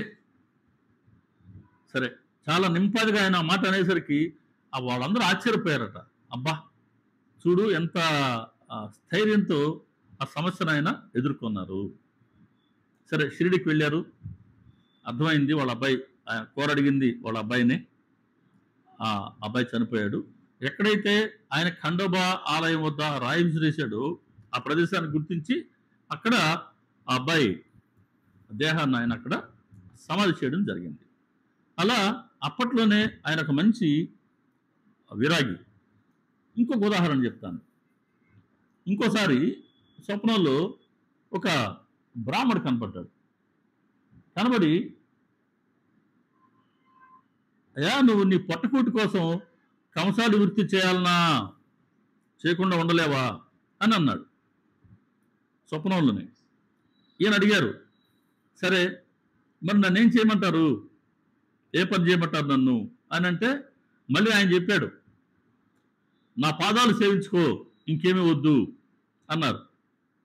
అతి చిన్న వృత్తి ఆయన చేస్తున్న వృత్తి, దాని పరంగా వచ్చే రాబడి కూడా చాలా స్వల్పం. దాన్ని కూడా వదిలేయమంటున్నారు ఆ స్వప్నంలో కనబడ్డటువంటి ఆ బ్రాహ్మడు. అంతే, ఈయన మెలుకున్న తర్వాత దాన్ని కూడా వదిలేశాడు. ఇక కేవలం భిక్షా వృత్తిని స్వీకరించాడు. భిక్షకు వెళ్ళేవారైనా, భిక్షలో ఏదొచ్చిందో అది. అలాగే ఈయన 2 మిత్రులు అని చెప్పాను కదా, కాశీలం చింపే, అప్పాబిల్. వాళ్ళు అప్పుడప్పుడు మోయిన రూపంలో కాస్త వస్తువులు ఈయనకి, వీళ్ళ కుటుంబానికి ఇస్తుండేవాళ్ళు. ఆ మోయిన రూపంలో వచ్చిన వస్తువులు ఈయన భిక్షావృత్తి, ఖండోబా ఆలయంలో ఎవరైనా భక్తులు సమర్పిస్తే ఏదొస్తే అది, దీంతోనే వీళ్ళు జీవనం గడుపుతున్నారు. అటువంటి విరాగి మాల్సపతి. కానీ నిత్యం ఖండోబా సేవలో ఉండేవారు, ఖండోబా ధ్యానంలో ఉండేవారు, ఖండోబాతో తాదాత్మ్యం చెంది ఉండేవారు. మరి ఇంతగా సేవించుకుంటే ఖండోబా ఏమిచ్చారు మాల్సపతికి? ఇది భగవంతుడి అనుగ్రహం. ఇప్పుడు భగవంతుడు రంగంలోకి వస్తున్నారు. మనం చెప్పుకున్నాం, ప్రేమ జనించాలి అని అంటే ముందు సాధు సత్పురుషులతో కలయిక, సమాగమం ఏర్పడాలి అని. ఇప్పుడు ఇటువంటి మాల్సపతి గారి సేవ నేపథ్యంలో భగవంతుడే బాబా గారికి అవతరించి షిరిడీలో వేప చెట్టు కింద క్రీస్తు శకం 1854 సంవత్సరంలో ప్రకటమయ్యారు. ఈయన కోసమే ప్రకటమయ్యారు. అది నాకు అనిపిస్తూ ఉంటుంది. సరే, అందరూ గుర్తించారు ఆయన్ని. 16 ఏళ్ళ కుర్రాడిగా కనబడుతున్నాడు. ఆ 16 ఏళ్ళ కుర్రాడిగానే ఉన్న ఆ అబ్బాయిలో ఎంత వైరాగ్యం కనబడుతూ ఉంది. శీతోష్ణాలు సమంగా భరిస్తూ ఉన్నాడు. ఎవరితోనూ, అంటే మనం ఏదైనా మాట్లాడిస్తే కానీ మాట్లాడేవాడు కాదు, ఎవరిళ్ళకి వెళ్ళేవాడు కాదు. పగటిపూట ఎవరి సాంగత్యం లేదు, రాత్రిపూట భయం లేదు. అలా ఉన్నటువంటి ఆ బాలుడిలో వైరాగ్యాన్ని ఆ ఊరి వారు గమనించారు, మాల్సపతి గారు కూడా గమనించారు. తర్వాత ఆయన 3 ఏళ్ళు షిరిడీలో ఉన్నారు. 1 సంవత్సరం ఎవరికి తెలియకుండా అంతర్ధానం అయ్యారు. తిరిగి 4వ సంవత్సరం తర్వాత, అంటే 1854 నుంచి 57 వరకు ఉన్నారు. 57లో ఎలా ప్రకటమయ్యాలో అలాగే అంతర్ధానం అయ్యారు. 1 సంవత్సరం తర్వాత, అంటే మళ్ళీ 1858వ సంవత్సరంలో చాంద్ పటేల్ వాళ్ళ భార్య మేనల్లుడి వివాహం షిరిడీలో అమ్మాయితో జరిగితే ఆ బృందంతో పాటుగా ఆయన షిరిడీకి వచ్చారు. ఇది మనకు తెలిసిందే, 5వ అధ్యాయంలో మనం దర్శించుకున్నాం సచ్చరిత్రలో. వచ్చి ఆ ఖండోబా దేవాలయం దగ్గర వాళ్ళకి విడిదిచ్చారు. బండ్లన్నీ అక్కడ విప్పుతున్నారు. బాబా గారు ఆ బండిలోంచి దిగాడు. ఖండోబా ఆలయంలో ఉన్న మాల్సపతి గారు బయటకు వచ్చారు. ఈ హడావుడి ఏంటి అని గమనించాడు. ఈ అబ్బాయి బండి దిగుతూ ఉన్నాడు. గుర్తించాడు, అదే సంవత్సరం క్రితం వరకు మన ఊర్లో ఉండి వెళ్ళాడు కదా ఈ అబ్బాయి కదా అని ఎదురు వెళ్ళి రండి సాయి, ఆవు సాయి అని పిలవడం జరిగింది. సాయి అని అబ్బాయికి పేరు లేదు, కానీ భగవంతుడు పేరు లేకుండా ఉంటే భగవంతుడికి సాయి అని నామకరణం చేసినటువంటి భక్తుడు మాల్సపతి. మన బిడ్డలకి మనం నామకరణం చేస్తాం, కానీ భగవంతుడికి నామకరణం చేసే భాగ్యం దక్కింది మాల్సపతికి. అదే ఆయన అర్హత, వారి ప్రత్యేకమైన అర్హత. సాయి అని అంటే ఈయన అనేక మంది సాధువులు ఫకీర్లు వచ్చినప్పుడు, బైరాగులు వచ్చినప్పుడు వాళ్ళతో కలిసి కూర్చొని వారి ద్వారా భగవత్ విషయాలు వినేవాడు నేను మనవి చేశాను కదా. అటువంటి వాళ్ళు ఎవరో చెప్పారు ఆయనకి. సాయి అని అంటే మన హైందవ సంప్రదాయంలోనే బావుల్ జాతి అనేది ఒకటి ఉందట వెస్ట్ బెంగాల్లో, బావుల్ జాతి. ఆ బావుల్ జాతి సంప్రదాయం ప్రకారం సాయి అని అంటే అది ఉత్కృష్టమైనటువంటి ఆధ్యాత్మిక స్థితి. ఆధ్యాత్మికంగా దాన్ని మించిన స్థితి లేదట, పూర్తి అద్వైతి అని లెక్క అనమాట. కాబట్టి అటువంటి అద్వైతిని బాబా గారిలో గమనించాడు కాబట్టి మాల్సపతి గారు ఆయన ఉన్న తొలి 3 ఏళ్లలో, అందుకని ఈయన్ని ఆవో సాయి, రండి సాయి అని పిలిచారు. బాబా గారు కూడా ఆయన పేరుని స్థిరపరుచుకున్నారు. సరే, కానీ చూడండి ఇప్పటికే సమాజంలో కులమని, మతమని రకరకాల భేదాలు ఇవన్నీ ఉన్నాయి, సంకుచిత భావాలు ఉన్నాయి, పోలేదు కదా. ఇక ఇంచుమించు 150 ఏళ్ల క్రితం, 140 ఏళ్ల క్రితం జరిగినటువంటి సంఘటన. అప్పట్లో ఇంకా ఈ కులమని, మతమని ఆ భేదభావాలు ఎంత తీవ్రంగా ఉంటాయో. మాల్సపతి గారు విరాగి అయినప్పటికీ ఆయనలో ఉన్న ఈ భేదభావాన్ని చూడండి. బాబా గారు ఖండోబాలయాన్ని చూశారు. ఇది చాలా ప్రశాంతంగా ఉంది, నాకు బాగా నచ్చింది, నేను ఇక్కడే ఉంటానని ఆయన ఆలయంలోకి ప్రవేశించబోతుంటే మాల్సపతి గారు అడ్డుకున్నారు. సాయి, ఇది పవిత్రమైన హిందూ దేవాలయం, మీరా మహమ్మదీయులు అని అన్నారు. ఆయన చెప్పాడా మహమ్మదీయుడని? కానీ ఆయన ఆహార్యం, అదిగో తలకి గుడ్డ కట్టుకో ఉన్నాడు, గడ్డ ఉంది, పొడవాటి చొక్కా వేసుకున్నారు, లుంగి కట్టుకో ఉన్నారు, చంకలో ఒక జోలి ఉంది, సట్కా ఉంది, చూసేదానికి ఆయన ముసల్మాన్ లాగా ఉన్నారు. అంతే. బాబా గారు కూడా నేను ముసల్మాన్ అని అనలేదు. ఆహా, నేను మహమ్మదీయుడినే, ఇది పవిత్రమైన హిందూ దేవాలయమా, సరే నువ్వు మహమ్మదీయుడు అన్నావు కాబట్టి నేను లోనికి రానులే అని ఆయన వెనక్కి వెళ్ళిపోయారు. ఆయనకి ఏది ఇచ్చాడు విడిదిగా అంటే మన ద్వారకామాయి మసీదుని ఇచ్చారు. అప్పట్లో నిరుపయోగమైనటువంటి మసీదు, శిథిలావస్థలో ఉన్న మసీదు, నేల లేదు, నేలంతా గోతులే, చూరు ఎప్పుడు పడిపోతుందో తెలియని పరిస్థితి, పూర్తిగా నిరుపయోగంగా ఉన్న ఆ మసీదుని ఆయనకు విడిదిగా ఇచ్చారు, ఆయన ముసల్మాన్ అనే భావంతో. సరే, ఇక అక్కడి నుంచి ఆయన దాన్నే తన అంతఃపురంగా మలుచుకున్నారు. ఆ షిరిడి కుగ్రామాన్ని ఈరోజు ప్రపంచానికే ఆధ్యాత్మిక రాజధాని చేశారు. ఇక ఆధ్యాత్మిక రాజధానికి అంతఃపురం ఏది అని అంటే ద్వారకామాయిలో అనుభూతి ఎప్పటికీ ఉంటుంది, శాశ్వతం. ద్వారకామాయిలో ఉన్న ప్రతి చదరపు మిల్లీమీటర్ కూడా బాబాగారి ఉనికిని మనకు తెలియజేస్తూ ఉంటుంది. బాబాగారి పాదస్పర్శతో పునీతమైనటువంటి స్థలం ద్వారకామాయిలో బాబాగారు ఉంటున్నారు. తర్వాత ఆయనలో ఉన్న, సరే అప్పట్లో బాబాగారిని కాస్త పిచ్చి ఫకీర్ అని అందరూ భావిస్తూ ఉన్నప్పటికీను బాబాగారు ఉన్నటువంటి ఆ వైరాగ్యాన్ని గమనిస్తున్నాడు మాల్సపతి గారు. భిక్షావృత్తితో పవిత్రమైన సాధు జీవనాన్ని గడుపుతున్నాడు ఈ అబ్బాయి అని దాన్ని కూడా గమనించారు. అలాగే అప్పట్లో దేవిదాస్, జానకిదాస్ అనే సాధువులు షిరిడిలో ఉండేవారు అని మన సచరిత్ర కూడా చెప్తుంది. 5వ అధ్యాయంలో అనుకుంటా ప్రస్తావన ఉంది వాళ్ళది. ఆయన గంగీర్ బాబా, ఆయన షిరిడికి వచ్చి సత్సంగం చేస్తుండేవారు. అప్పట్లో బాబా గారు ఆయన మొక్కలు నాటి నేలబావి నుంచి ఆ మొక్కలకి నీరు మోస్తూ ఉండేవారు. ఈ గంగీర్ బాబా ఒకసారి వచ్చారు షిరిడికి, సావళ్ళలోనే ఎక్కడ సత్సంగం చేస్తున్నారు. కసరుడికి బాబా గారు తమ 2 చేతులతో 2 మట్టి కొండలు పట్టుకుని నీటిని మోస్తూ ఉన్నారు. ఒక్కసారి ఆయన చూడంగానే ఆశ్చర్యపోయాడు ఈయన గంగీర్ బాబా. వచ్చి ఈ మూర్తి ఇక్కడికి ఎప్పుడు వచ్చాడు? ఈ ప్రదేశానికి షిరిడికి ఎంతో భాగ్యం ఉందండి. భాగ్యం ఉండబట్టే ఈ యోగ్యుడు మీకు లభించాడు, నా మాట గుర్తుపెట్టుకోండి అని అన్నారు. మరి ఆ సత్సంగంలో మాల్సపతి గారు ఉన్నారు కదా, అబ్బో గంగీర్ బాబా లాంటి పెద్ద ఆయన చెప్తున్నాడా, కాబట్టి ఈ అబ్బాయిలో ఏదో గొప్పతనం ఉండే తీరాలి అనుకున్నాడు. తర్వాత ఆనందనాథుడు, ఆయన ఇంకొక మహాత్ములు ఆ రోజుల్లో, ఆయన షిరిడీకి వచ్చారు. ఆయన కూడా బాబాను చూడంగానే ఆహా, వీరు సాక్షాత్తు వజ్రం అండి, ప్రత్యక్షమైన వజ్రం ఈయన.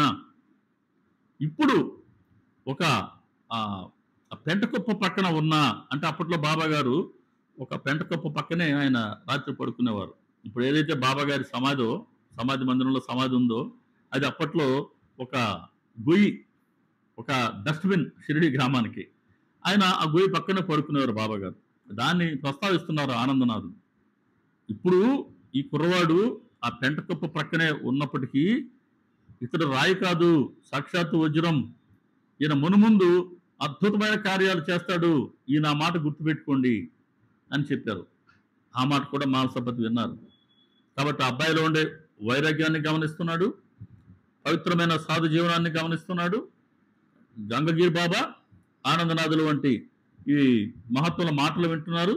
దేవిదాస్, జానకిదాస్తో కలిసి బాబా గారు ప్రతినిత్యం వాళ్ళు కూర్చునేవారు. భగవంతుడి విషయాలు ప్రస్తావనకు వచ్చేటి. ఆ చర్చల్లో బాబా గారి ముఖత వచ్చిన మాటలు విని ఈ బాబా గారిలో ఉన్న జ్ఞానాన్ని కూడా గమనించాడు మాల్సపతి. కాబట్టి ఊరి వారంతా పిచ్చివాడు అనుకుంటున్నప్పటికీ మాల్సపతికి మాత్రం బాబా గారి పట్ల ఒక సద్భావం ఏర్పడింది, పూజ్య భావం ఏర్పడింది, ఆరాధ్య భావం ఏర్పడింది. ఈయన్ని జ్ఞానిగా గుర్తించారు ఆయన. ఈ అబ్బాయిని కనుక మనం కూడా ఆశ్రయిస్తే మనం కూడా జ్ఞానాన్ని పొందవచ్చు అని అప్పటి నుంచి ఆయన బాబా గారిని ఆశ్రయించసాగాడు. అంటే గమనించండి, ఖండోబా దేవాలయాలకు వెళ్తానంటే నువ్వు ముసల్మానవి అని ఆపిన మాల్సపతి గారు ఇప్పుడు ఈయన్నే గురువుగా భావించి మసీదులోనే ఈయనని సేవించుకుంటూ ఉన్నారు. బాబా గారికి తొలిసారిగా వారి పాద ప్రక్షాళన చేసి బాబా గారిని పూజించిన తొలి భక్తుడు మాల్సపతి. కాబట్టి బాబా గారి తొలి పూజ చేసిన అదృష్టం కూడా ఆయనకే దక్కింది. సరే, అప్పటి నుంచి తర్వాత బాబా గారికి పూజలు ప్రారంభమయ్యాయి. ఇట్లా బాబా గారిని ఈయన ఆశ్రయించారు కదా మాల్సపతి. ఇంకా మాల్సపతి ఏ లక్ష్యంతో ఆశ్రయించారు? ఈ అబ్బాయిలో జ్ఞాని ఉన్నారు, ఈ అబ్బాయిని కనుక మనం ఆశ్రయిస్తే మనం కూడా జ్ఞాన ప్రాప్తిని పొందవచ్చు అని కదా. కాబట్టి ఆ జ్ఞాన ప్రాప్తిని మాల్సపతి గారికి కలిగించాలి అని అంటే ఇక ఆయనలో ఉన్న చిన్నపాటి అడ్డంకులు తొలగించాలి. ముందు తమ పట్ల ఆయనకి నమ్మకాన్ని ఏర్పరచాలి. 1886 సంవత్సరంలో డిసెంబర్ మాసంలో బాబా గారు 77 గంటల పాటుగా తమ ప్రాణాలని శరీరం నుంచి వేరు చేశారు కదా. 77 గంటల పాటు బ్రహ్మశాస్త్రాలను ఉంచుతున్నాను అన్నారు ఆయన. అలాగే తమ శరీరం నుండి ప్రాణాలు వేరు చేశారు. సరే, అలా చెప్పేసరికి అందరూ బాబా గారు చనిపోయారు అని అనుకున్నారు. కానీ బాబా గారు స్పష్టంగా చెప్పారు, నేను తిరిగి వస్తాను, అప్పటి వరకు శరీరాన్ని నువ్వు కనిపెట్టుకోనుండు, జాగ్రత్తగా కనిపెట్టుకోనుండు. నేను తిరిగి రాకపోతే ఆయన ఒక స్థలం చూపించారు, అక్కడ వారి దేహాన్ని సమాధి చేయమన్నారు. అప్పటి వరకు నువ్వు జాగ్రత్తగా చూస్తూ ఉండు అని బాబా గారు ఆజ్ఞనిచ్చారు. ఆ మాట చెప్తూ ఆయన శరీరం అక్కడ నిశ్చేష్టుగా పడిపోతే మాల్సపతి గారు పట్టుకుని అక్కడ కూర్చున్నారు ద్వారకామాయ మసీదులోనే. డిసెంబర్ మాసం, ఇప్పుడున్న ఈ రేకుల మండపం కూడా లేదు, చలిగాలి యథేచ్ఛగా లోపలికి వెళ్తుండేది. అటువంటి చలికాలంలో ఆయన ఆ శరీరాన్ని బాబా గారు అహర్నిశలు కనిపెట్టుకోనుండు అన్నారు కదా, దాన్ని అక్షరాలా పాటించారు. కనీసం ఆయన మంచినీళ్ళు త్రాగితే ఆ లఘు సంఖ్యైనా పోవాల్సి వస్తుంది, యూరినల్స్ కైనా పోవాల్సి వస్తుందేమోనని ఆయన మంచినీరు కూడా ముట్టుకోలేదండి. 77 గంటల పాటు అలాగే కూర్చున్నారు. బాబాగారి తలని తమ ఒడిలో పెట్టుకుని, సరే తర్వాత మళ్ళీ బాబాగారు తమ ప్రాణాలని శరీరంలోకి తీసుకొచ్చారు. తద్వారా బాబాగారు నేను శరీరాన్ని కాను, నేను ఆత్మని అని తెలియచేశారు. అలాగే మహాసభకు ఉన్నటువంటి ఆ శ్రద్ధను కూడా అక్కడ బాబాగారు పరీక్షించారా అనిపిస్తుంది. కాబట్టి అక్కడి నుంచి ఇంకా బాబాగారు పట్టేందుకు శ్రద్ధ పెరిగింది. బాబాగారు ఏం చెప్తే దాన్ని ఆచరించాలి, అదే కదా శిష్యుడి ప్రధానమైనటువంటి అర్హత. అదే సమయంలో బాబాగారు ఈయన కుటుంబాన్ని ఆయన రక్షించుకున్నారు. కుటుంబం ఉంది కదా, మాల్సపతి ఒక్కరే కాదు కదా. కాబట్టి ఈయన సాధన చక్కగా సాగాలి అని అంటే బాబాగారి నుంచి కుటుంబానికి రక్షణ ఉంది అన్న ఆ విశ్వాసం కూడా కలగాలి కదా ఆయనకి. ఓ పర్యాయం మాల్సపతి గారి భార్య ఆవిడ తమ పుట్టింటికి వెళ్ళి ఉన్నారు. అప్పుడు మెడ మీద ఏదో కణితి వచ్చింది, కణితి కురుపు, చాలా తీవ్రమైనటువంటి బాధ. అదేమి మాల్సపతి గారు తెలియదు. కానీ ఇక్కడ బాబాగారు అన్నారు, అరే భగత్, నీ భార్యకి మెడ మీద కణితి వచ్చింది, దాన్ని నేను తప్ప ఎవరు బాగు చేయగలరు, నేను దాన్ని బాగు చేస్తున్నాను అన్నారు. తర్వాత కొన్ని రోజులకి మాల్సపతి గారి భార్య లేఖ రాసింది. అప్పట్లో జాబులే కదా సమాచారం మనకు రావాలంటే. ఆమె జాబు రాశారు, ఇలా నాకు ఊరికి వచ్చిన తర్వాత మెడ మీద కణితి వచ్చిందండి, చాలా బాధ పెట్టింది, తర్వాత ఫలానా రోజు నుంచి అది క్రమక్రమంగా తగ్గిపోయింది, ఇప్పుడు బాగున్నాను. ఎప్పటి నుంచి తగ్గింది?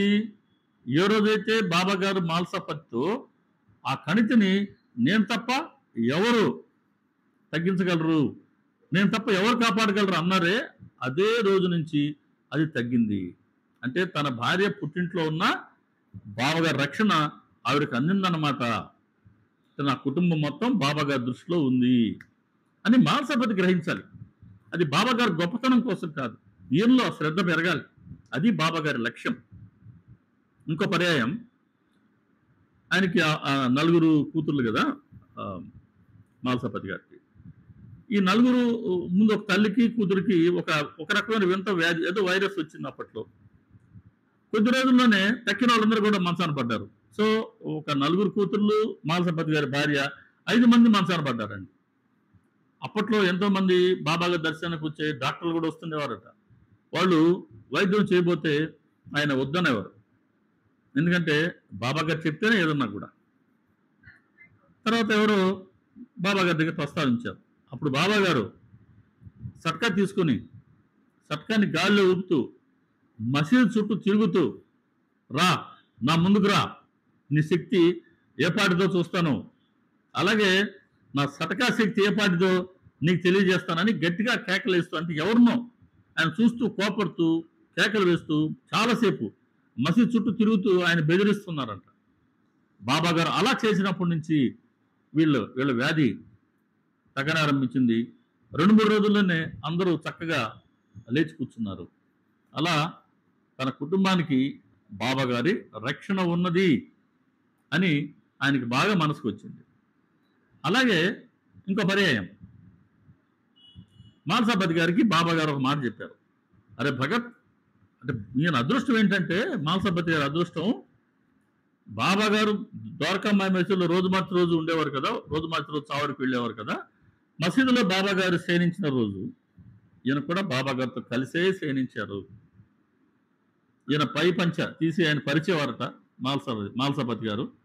దాని మీదనే బాబాగారు ఆయన ఇద్దరు శయనించేవారు. తర్వాత కొంతకాలానికి తాత్యా పాటిల్ కూడా వచ్చి వారితో కలిశారు.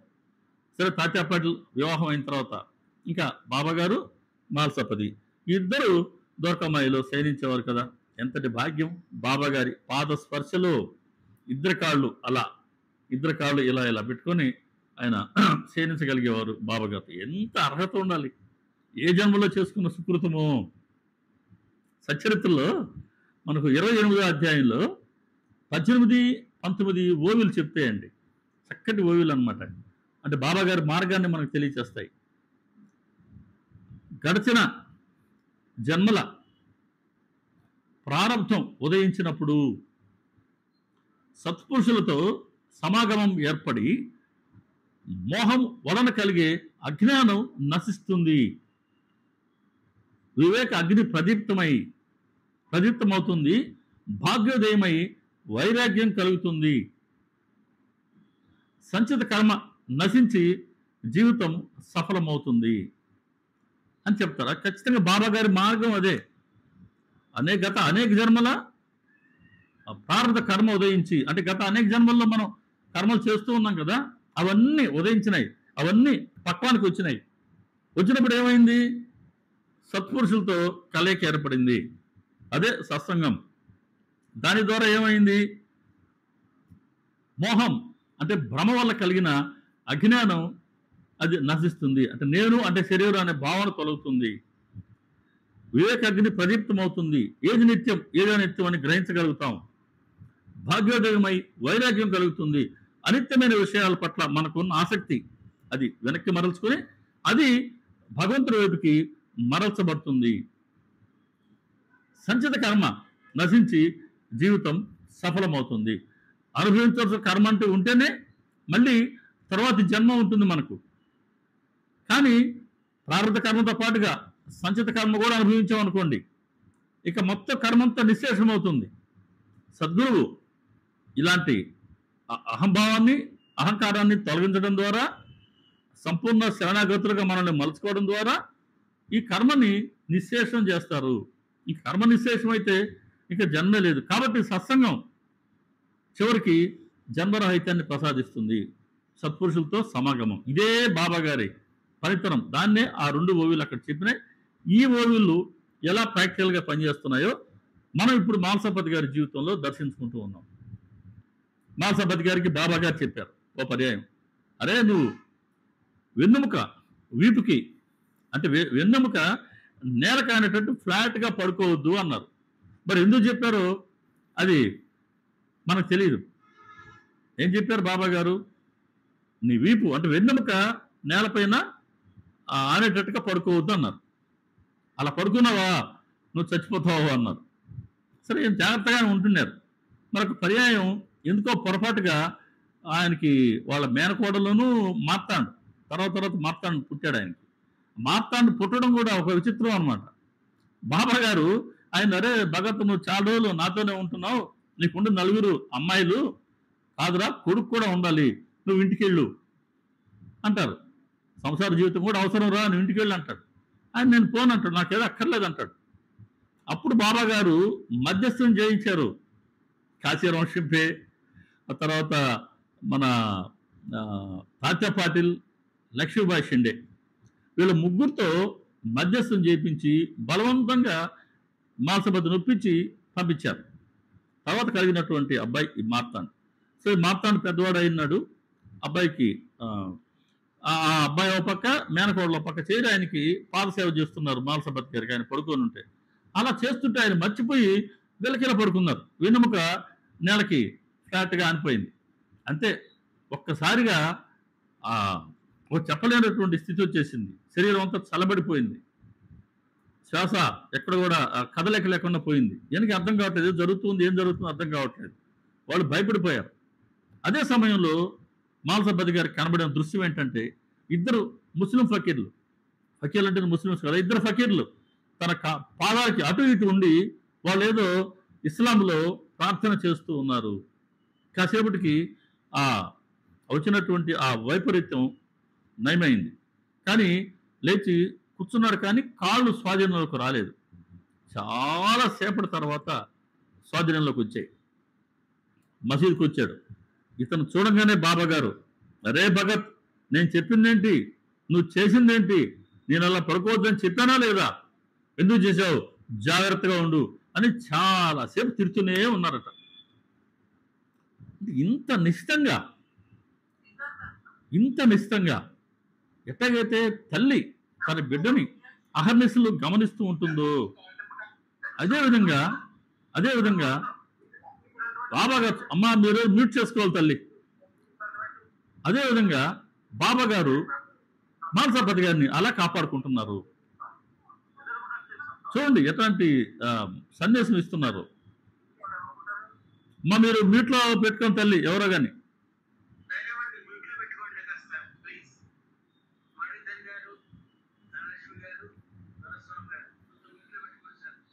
Okay. Okay. Okay sir. Okay. So, ఎంత నిశ్చితంగా ఆయన గమనిస్తున్నారో చూడండి. అలా బాబాగారు తనని రక్షిస్తున్నారు. అనేక పర్యాయాలు బాబాగారు చాలా సాధన చేయించేవారు మానసాపతి చేత. కాకుంటే ఆ సాధనలు ఎలాంటివో నేను చదువుకోలేదు కాబట్టి మానసాపతి గారు గ్రంథస్థం చేయలేదు. అది మన దురదృష్టం. ఇదైతే అసలు ఏ సాధన చేయించారో మనకు అందుబాటులోకి వచ్చేది కూడా. ఆయన కొన్నిసార్లు మసీదులో పడుకున్న తర్వాత ఆయన ఏదన్నా యూరినల్స్కి వెళ్ళాలని మెట్టు దిగపోతే బాబా గారు హెచ్చరించేవారు. రే భగత్, మెట్టు దిగొద్దు, దిగవు, చనిపోతావు అని బాబా గారు చెప్పినాక ఇంకా ఆయన దిగేవారు కాదు. చాలా కఠినమైన సాధనలే బాబా గారు మాల్సప్పత్ చేత చేయించారు. మాల్సప్పత్ గారు వాళ్ళకు ఉండేటువంటి ఆ సంప్రదాయం ప్రకారం ఆయన జుజూరి అనే ప్రదేశానికి వెళ్ళేవారు ప్రతి సంవత్సరం. అది షిరిడీకి 150 కిలోమీటర్ల దూరం అనమాట. వాళ్ళ ఆ మహల్సపతి సంప్రదాయంలో ఉండే వాళ్ళందరూ కూడా ఒక పల్లకిని మన షిరిడీలో గమనిస్తుంటాం. పల్లకిని వాళ్ళు మోసుకుంటూ అందులో మహల్సపతి గారి విగ్రహాన్ని పెట్టుకొని భజన చేసుకుంటూ కాళ్ళ చెప్పులు లేకుండా వెళ్ళి జుజూరికి వెళ్ళి స్వామి అక్కడ మందిరం ఉండేదట, మహల్సపతి గారి మందిరం అంటే ఈశ్వరుడి మందిరం. ఆ మహల్సపతి మందిరాన్ని దర్శించుకొని అక్కడ ఉండే ఒక నదిలో స్నానం చేసి అప్పటి వరకు ఉపవాసం, బయలుదేరినప్పటి నుంచి నదిలో స్నానం చేసేంత వరకు ఉపవాసం ఉండి తర్వాత అక్కడి నుంచి మళ్ళీ తిరిగి వచ్చేవారు. ఇది ఏటా జరిగే సంప్రదాయం. సరే, ఒకసారి అలాగే వీళ్ళు ఈయన బయలుదేరారు, బాబా గారు అనుమతి తీసుకున్నారు, జుజూరి వరకు వెళ్ళారు. తీరా జుజూరికి వెళ్ళేసరికి తెలిసింది ఏంటంటే జుజూరిలో అప్పట్లో ప్లేగు వ్యాధి తీవ్రంగా ఉందట. మరి ఆ ప్లేగు వ్యాధి తీవ్రంగా ఉన్నప్పుడు ఎంతమంది సాహసం చేసి వెళ్ళలేరు కదా. కరోనా అప్పుడు మనం ఏం సాహసం చేయగలిగాం? అందరూ ఎవరి పాటుకు వాళ్ళు ముక్కులు మూతి మూసుకొని కవర్ చేసుకుని ఇళ్ళలో ఉండిపోయాం కదా, మాస్కులు పెట్టేసుకొని. 10 మందికి రావాలంటే భయపడ్డాం, ఎవరన్నా మన ఇంటికి వస్తే భయపడ్డాం కదా, అదే పరిస్థితి. కాబట్టి అక్కడ పల్లకిని దింపుకొని ఏం చేయాలి ఇప్పుడు? ఇంత దూరం వచ్చాం, వెనక్కి వెళ్ళిపోతామంటే అయ్యో ఇంత దూరం వచ్చి వృధాగా వెళ్ళిపోవడం ఏంటి, ఏం చేద్దామని తలపట్టుకొని ఆ పల్లకి పక్కన నిలబడి ఉన్నారట మాల్సపతి గారు. వెంటనే పక్కనే బాబా గారు ప్రత్యక్షమయ్యారు. బాబా గారు ఇక్కడికి ఎలా వచ్చారు అని బాబా గారిని పలకరించబోయాడు. బాబా గారు అదృశ్యమయ్యారు. ఓహో, బాబా గారు మనతోనే ఉన్నారు అని ఇప్పుడు ధైర్యం వచ్చింది. పక్కన వాళ్ళకి చెప్పాడు. అందరూ ధైర్యంగా వెళ్ళారు, కార్యక్రమం పూర్తి చేసుకున్నారు, నదిలో స్నానం చేశారు, ఉపవాసం పూర్తయింది. అక్కడి నుంచి తిరిగి షిరిడీకి వచ్చారు. రాగానే వెళ్ళి బాబా దర్శనానికి వెళ్తారు కదా ఆయన. వెళ్ళంగానే బాబా అన్నారు, అరే భగత్, నేను కూడా నీ వెంట జుజూరి వచ్చాను అని. ఏమనుకున్నాడు? బాబా గారు కనబడ్డారు కదా, అది భ్రమలో అయినా ఉన్నానా అనుకున్నాడు కదా. కాదు, నేను కూడా నీ వెంట జుజూరి వచ్చాను, నువ్వు ఏం చేద్దామా నీ దిగులుగా నిలబడి ఉన్నావు కదా అని అన్నాడు. అలా బాబా గారు తమ సర్వవ్యాపకత్వాన్ని, సర్వాంతర్యామిత్వాన్ని ఆయనకి తెలియచేశారు, ఆయన మనసు గ్రహించేలా చేశారు. అలాగే బాబా గారు అప్పట్లో షిరిడీలో పాములు ఎక్కువగా ఉండేటి అంట. అందుకే బాబా గారు పాముల్ని, పెద్ద మనుషుల్ని దొంగలని ఆయన అప్పుడప్పుడు సందర్భంగా అనేవారు. సరే, మాల్సపతి గారు ఇంటికి వెళ్తున్నారు ఒక పర్యాయం. అరే భగత్, నీకు 2 దొంగలు ఎదురవుతారు, జాగ్రత్త అన్నారు. ఆయన జాగ్రత్తగా గమనిస్తూ వెళ్తే వాళ్ళ ఇంటి ముందు ఒక గడప దగ్గర ఒక పాము ఉంది, పక్కింటి వాళ్ళ గడప ముందు కూడా ఒక పాము ఉందన్నమాట. అలా బాబా గారి సర్వజ్ఞత్వాన్ని కూడా ఆయన మనసు అనేక పర్యాయాలు గ్రహించింది. కాబట్టి బాబా గారు చెప్తే పిల్లల ఆ కుటుంబం వ్యాధి నయమైపోతుంది. బాబా గారు తనని కాపాడుకుంటూ ఉన్నారు. బాబా గారు అహర్నిశలు తన కూడా ఉంటున్నారు. బాబా గారు సర్వవ్యాపి, సర్వజ్ఞులు, సర్వాంతర్యామి. బాబా గారు సర్వసమర్థులని ఈయన మనసు బాగా గ్రహించి ఎంతగా బాబా గారిని ఆయన సేవించుకున్నారంటే 24 గంటల్లో 23 గంటల పాటు ఆయన బాబా గారితోనే ఉండేవారు. 24 గంటల్లో 23 గంటల పాటుగా. ఏ స్థితి నుంచి? బాబా మీరు ముసల్మాన్ కదా అన్న స్థితి నుంచి ఈరోజు శివాలయ భక్తుడు, ఖండవ భక్తుడు అయినటువంటి మాల్సపతి బాబా గారిని మసీదులో 23 గంటల పాటు సేవించుకునేంతగా ఆయన మలుచుకున్నారు. మరి ఇంతగా సేవించుకున్నారు కదా, ఈయన బాబా గారు కూడా ఎంతగానో ప్రేమించారు ఈయన్ని, మాల్సపతి గారిని. ఈయన 1 గంట పాటు మధ్యలో ఎప్పుడో ఇంటికి వెళ్ళి స్నానం చేసేందుకు అటు వెళ్తుంటే, అరే భగత్ త్వరగా వచ్చేయి, 24 గంటల్లో 23 గంటలు తమ సన్నిధిలో ఉంటూ ఇంటికి వెళ్ళొస్తాను బాబా అని కాసేపు పర్మిషన్ అడిగితేనే, అరే భగత్ త్వరగా వచ్చేయి, నేను కూడా నీకు కూడా వస్తున్నా అనేవారు. సరే, ఆ చెక్క పలక సంగతి మనకు తెలిసిందే. సరే, చెక్క పలక మీద బాబా గారు పడుకునేవారు. అందరూ చూడడానికి వస్తే దాన్ని తీసేశారు కదా, అది మనకు 45 అధ్యాయాన్ని మనం చాలాసార్లు చెప్పుకొని ఉన్నాం. సరే, దీక్షిత్ గారు ఏమంటారు, బాబా మానసపతి కూడా నేను చెక్క పలక చేయిస్తాను అని అంటారు. ఇప్పుడు బాబా అంటారు, మానసపతి కింద పడుకుంటే నేను ఆ పలకపై ఎలా పడుకుంటాను అనుకున్నావు? ఇంకా మానసపతే పైన పడుకోవాలి, నేను కింద పడుకోవాలి అంటే భక్తుడి పట్ల ఎంత ప్రేమ ఉందో చూడండి. చెక్క పలక ఉంటేనట మానసపతిని దానిపై పడుకోబెట్టి బాబా గారి కిందే పడుకుంటారట. అంటే అంతేగాని మానసపతి కింద నేను చెక్క పలకపై పడుకోవడం జరిగేది కాదు అని బాబా గారు చెప్తారు. అంటే మానసపతి గారు చేసిన సేవలన్నీ ఇప్పుడు దాకా మనం చెప్పుకుని ఒకసారి చూస్తే, తొలిసారి బాబా గారిని సాయి అని పిలిచి నామకరణం చేశారు మానసపతి గారు. బాబా గారికి తొలి పూజ చేసినటువంటి భక్తుడు మానసపతి. జవహర్ అలీ అనే కపటి గురువు ఉన్నారు, ఆయన రహతాలు ఉండేవాడు. ఆయన వెంట బాబా గారు వెళ్ళిపోయారు. 5వ అధ్యాయం ఉంది మనకు సచరిత్రలో. ఆయన్ని షిరిడి ప్రజలు వెళ్ళి జవహర్ అలీతో పాటుగా బాబాను తిరిగి షిరిడికి తీసుకొచ్చారు కదా, అప్పుడు కూడా ప్రధాన పాత్ర మన మానసపతి గారిదే. అలాగే 77 గంటల పాటు బాబా గారి శరీరాన్ని ప్రాణాలు వేరు చేసినప్పుడు అప్పుడు బాబా గారి శరీరాన్ని కాపాడింది కూడా ఈయనే, మానసపతి గారే. తర్వాత బాబా గారితో కలిసి 50 ఏళ్ళ పాటుగా కలిసి బాబా గారితో ఆయన ద్వారకామాయిలో శయనించారు, అది మనకు తెలుస్తూ ఉంది. అలాగే ఒకసారి బాబా గారు రూయి వైపు వెళ్ళారట. ఏమని, షిరిడిలో నూనె వ్యాపారులు చాలా బాధ పెట్టేస్తున్నారు, షిరిడి ప్రజలు అట్ట ఇట్ట మంచోళ్ళు కాదు అని వాళ్ళని తిడుతూ ఆయన అలిగి వెళ్ళిపోయాడు, షిరిడికి రానింకా అని వెళ్ళిపోయారట. ఆ సందర్భంలో మానసపతి గారు ఎక్కడో పొరుగురు వెళ్ళి ఉన్నారు. తర్వాత వచ్చారు ఆయన. ఆ షిరిడికి వెళ్తే బాబా గారు లేరు. ఎటుపోయారు బాబా అని అంటే, ఇట్లా అలిగి వెళ్ళిపోయారు బాబా, ఇంకా రానని చెప్పారు. రానని చెప్పారా? ఎటు వెళ్ళారు? నిమ్గా వైపా కాదు, రహత వైపా కాదు, రూయి వైపు వెళ్ళారు అని తెలిసింది. సరే, నేను కూడా వెళ్ళి బాబా గారిని వెతుక్కుంటూ పోతున్నా అని అనుకుంటూ ఇంటికి వెళ్ళి ఒకే మాట చెప్పారండి, బాబా గారు అలిగి రూయి వైపు వెళ్ళిపోయారు, నేను కూడా ఆయన వెతుక్కుంటూ పోతున్నా, తిరిగి బాబా గారు కనబడి ఆయన షిరిడీకి వస్తేనే నేను కూడా షిరిడీకి వస్తా, లేకపోతే ఇదే నా చివరి మాట. అంటే కుటుంబానికి ఆయన ప్రాముఖ్యతను ఇస్తున్నారా, బాబా గారికి ఇస్తున్నారా? ఇది భగవంతుడి పట్ల గురువు పట్ల ఉన్న ప్రేమ. కుటుంబాన్ని కాదు, బాబా గారినే ప్రేమించారు, బాబా గారి కోసమే ఆయన ఉన్నారు అంతే.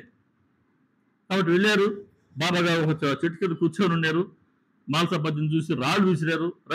నా వద్దకు రావద్దు అన్నారు. లేదు బాబా, మీరు వచ్చేంత వరకు నేను మంచినీళ్ళు కూడా ముట్టుకోను, మీరు షిరిడీకి రావాల్సిందే, మీరు కనుక షిరిడీకి రాకపోతే నా ప్రాణం పోయినా పర్లేదు, నేను ఇక్కడే ఉంటా అన్నాడు. బాబా చెప్పారు, అరే నేను ఫకీర్ని, నేను ఎక్కడైనా ఉంటా, కానీ నువ్వు అట్ట కాదు కదా, నీ సంసారం ఉంది కదా, నువ్వు వెళ్ళు, నేను పోను అని మానసపతి దగ్గరకు వస్తున్నాడు. బాబా గారు రాళ్ళు విసిరారు, బాబా గారు తిట్టారు, బాబా గారు కోప్పడ్డారు. ఆహా, మానసపతి వచ్చారు. ఈయన ప్రేమను చూసి బాబా గారు తిరిగి ఆయనతో కూడా రూయి నుంచి తిరిగి షిరిడీకి వచ్చారు. ఇలా ఇన్ని సేవలు బాబా గారికి చేసుకుంటే, ఇక మానసపతి గారు కూడా ఎటువంటి స్థితిని పొందారు? అదే కదా, ప్రేమను జనింపు చేశారు, ప్రేమని ఆయన పెంచారు. చివరికి ఎటువంటి ఫలితాన్ని పొందారు బాబా గారి వద్ద నుంచి అంటే, తన నిర్యాణాన్ని, అమూర్తాన్ని తనే నిశ్చయించుకునేంతగా. ఎవరికో మహా యోగులకు మాత్రమే సాధ్యమవుతుంది. కానీ మానసపతి లాంటి ఒక భక్తుడిని బాబా గారు ఎలా ఆయన పోషించుకుని ఆధ్యాత్మికంగా ఎలా ఆయన మలుచుకున్నారని అంటే, మానసపతి గారు తన మరణాన్ని, తన నిర్యాణాన్ని, ఆ ముహూర్తాన్ని తానే నిశ్చయించుకునేటట్లుగా 1922వ సంవత్సరం, అంటే బాబా గారి శరీరం విడిచిపెట్టింది 1918 అక్టోబర్ విజయదశమి రోజున. తర్వాత 4 ఏళ్ళు ఇంచుమించుగా సెప్టెంబర్ 11, 1922 రోజు, ఆ రోజు సోమవారం వచ్చిందట. మానసపతి గారి తండ్రి అబ్దికం అంట. ఆ రోజు మానసపతి చెప్పారట, ఆర్థికానికి అన్ని ఏర్పాట్లు త్వరగా చేయండి, నేను కూడా ఈరోజు వెళ్ళిపోవాల్సి ఉంది అని అన్నారు. సరే, ఇంట్లో అందరూ ఆర్థికానికి వంటలు అవి చేశారు. లక్ష్మణ్ మామ పురోహితుడు వచ్చారు. వాళ్ళ తండ్రి గారి ఆ శ్రాద్ధ ప్రక్రియను ఆయన చేశారు. భోజనాలు అందరూ అయిపోయినాయి. ఈయనకి భోజనం పళ్ళెం ఇచ్చారు. ఆ భోజనం పళ్ళాన్ని భోజనం తినకుండా అలా పైకెత్తి ముక్కుకు తాకిచ్చి వాసన చూసి దాన్ని మళ్ళీ క్రిందే పెట్టేశారు మాల్సపతి. భోజనం చేయలేదు. తర్వాత ఒక కూర గుడ్డని, కారికి అంటాం, ఆ కూర గుడ్డ ఆయన చించారు. కొంత భాగాన్ని నడుముకు చుట్టుకున్నారు, మిగతా భాగాన్ని కౌపీనంగా పెట్టుకున్నారు. నేను దీక్ష తీసుకున్నాను అని అన్నారు. తర్వాత అక్కడే ఈయన వేరే భక్తులు ఉండేవాళ్ళు అక్కడ. బాలగురవే అనే భక్తుడు, తర్వాత రామచంద్ర కోతే, వీళ్ళకి ఆయన భగవన్నామస్మరణ చేయమన్నారు. వాళ్ళు సంకీర్తన చేస్తూ ఉన్నారు. సంకీర్తన చేస్తూ ఉంటే ఈయన ఆ సంకీర్తనలో లీనమైపోయి తీవ్రమైన ధ్యానంలో నిశ్చలంగా కూర్చుండిపోయాడు చాలాసేపు. వాళ్ళు అనుకున్నారట ఈయన శరీరం విడిచిపెట్టేశారేమోనని. అన్నాడు కదా వెళ్ళిపోవాల్సి వస్తుందని. కాసేపటికి కళ్ళు తెరుచుకున్నాడు. నేను ఇంకా ఈరోజు వెళ్ళడం లేదు, ఆగాల్సి వచ్చింది, నేను తర్వాత వెళ్తాను, రేపు వెళ్తాను అని అన్నారు. సరే, ఆ పక్క రోజు 4 గంటలకు మెలకు వచ్చింది. కుమారుని టైం అడిగాడు మార్తాండని, సమయం ఎంత ఏంటిదని. ఆయన సుమారుగా 4 గంటలు అని చెప్పాడు. ఆకలిగా ఉందట. వాళ్ళ కూతుర్ని ఏదో భోజనం వండి పెట్టమన్నారు. ఆవిడకి ఏదో అప్పట్లో ఆచారాలు కదా, ఇంట్లోకి రాని పరిస్థితి చెప్పింది ఆమె. సరే, అమ్మని లేపుతాను అన్నాడు కొడుకు. వద్దన్నాడు మాల్సపతి. కాసేపటికి బాలగురువే ఆ భక్తులను పిలిపించుకున్నారు. బాలగురువే చేత ఒక గ్రంథాన్ని ఆయన చదివించుకొని విన్నారండి. మల్ అరి మహత్యం అనే గ్రంథాన్ని ఆయన పారాయణ చేయమన్నారు. ఈయన బాలగురువే పారాయణ చేస్తూ ఉన్నాడు. మాల్సపతి గారు శ్రద్ధగా వింటూ ఉన్నాడు. 21 అధ్యాయాలు పూర్తయినాయి. ఆపమన్నాడు. ఆపు, 22 అధ్యాయాన్ని రేపు చదువుదులే అన్నాడు. మరి ఆ గ్రంథం చదివితే కానీ అక్కడ ఎందుకు ఆపారు ఆయన? 22 ఏముందనేది మనం తెలుసుకోలేం. అంటే మనకు తెలిసినంతవరకు సబ్జెక్ట్ ఇంతవరకే. కాబట్టి 22 అధ్యాయం రేపు చదువుదులే, అంతవరకు ఆపమన్నాడు. వాడు కుమారుడు అన్నా అంట, అవునా అన్న, నువ్వు ఈరోజు వెళ్ళిపోతాను అంటున్నావు కదా, మళ్ళీ రేపు చదువు అంటున్నావు అంటే ఈరోజు కూడా వెళ్ళవా, రేపు వెళ్తావా అని ఆయన ఏదో జోక్గా అన్నాడు అంట. నీకు అర్థం కాదులే అన్నాడు మాల్సపతి గారు. ఇంకా కాసేపటి భక్తులు వచ్చారు. వాళ్ళు నామ సంకీర్తన చేస్తున్నారు. ఆ నామ సంకీర్తన లీనమయ్యి తమ భగవన్నామాన్ని స్మరిస్తూ తమ ఆఖరి శ్వాస తీసుకున్నారు. చివరిగా ఆయన పలికిన భగవంతుడి నామం ఏంటంటే రాముడు వారి నామాన్ని పలికారు. విచిత్రం చూడండి, ఖండోబా ఈశ్వరుడి భక్తుడు, బాబా గారి శిష్యుడు, చివరికి ఎవరి నామాన్ని పలికాడు? రామనామాన్ని పలికాడు. అంటే హరి రాముడు, హరుడు ఈశ్వరుడు, సద్గురు బాబా, ముగ్గురు ఒకటే, వేరు కాదని ఆయన గ్రహించారు. అందుకే బాబాగారు పరబ్రహ్మ.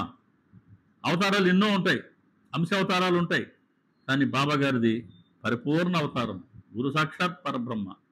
తస్మై శ్రీ గురువే నమః అని మనం అందుకే చెప్పుకుంటాం, సాక్షాత్ పరబ్రహ్మ. అలా మాల్సపతి గారు బాబాగారి వద్ద, బాబాగారి ద్వారా ఇటువంటి శిక్షణ పొందారు.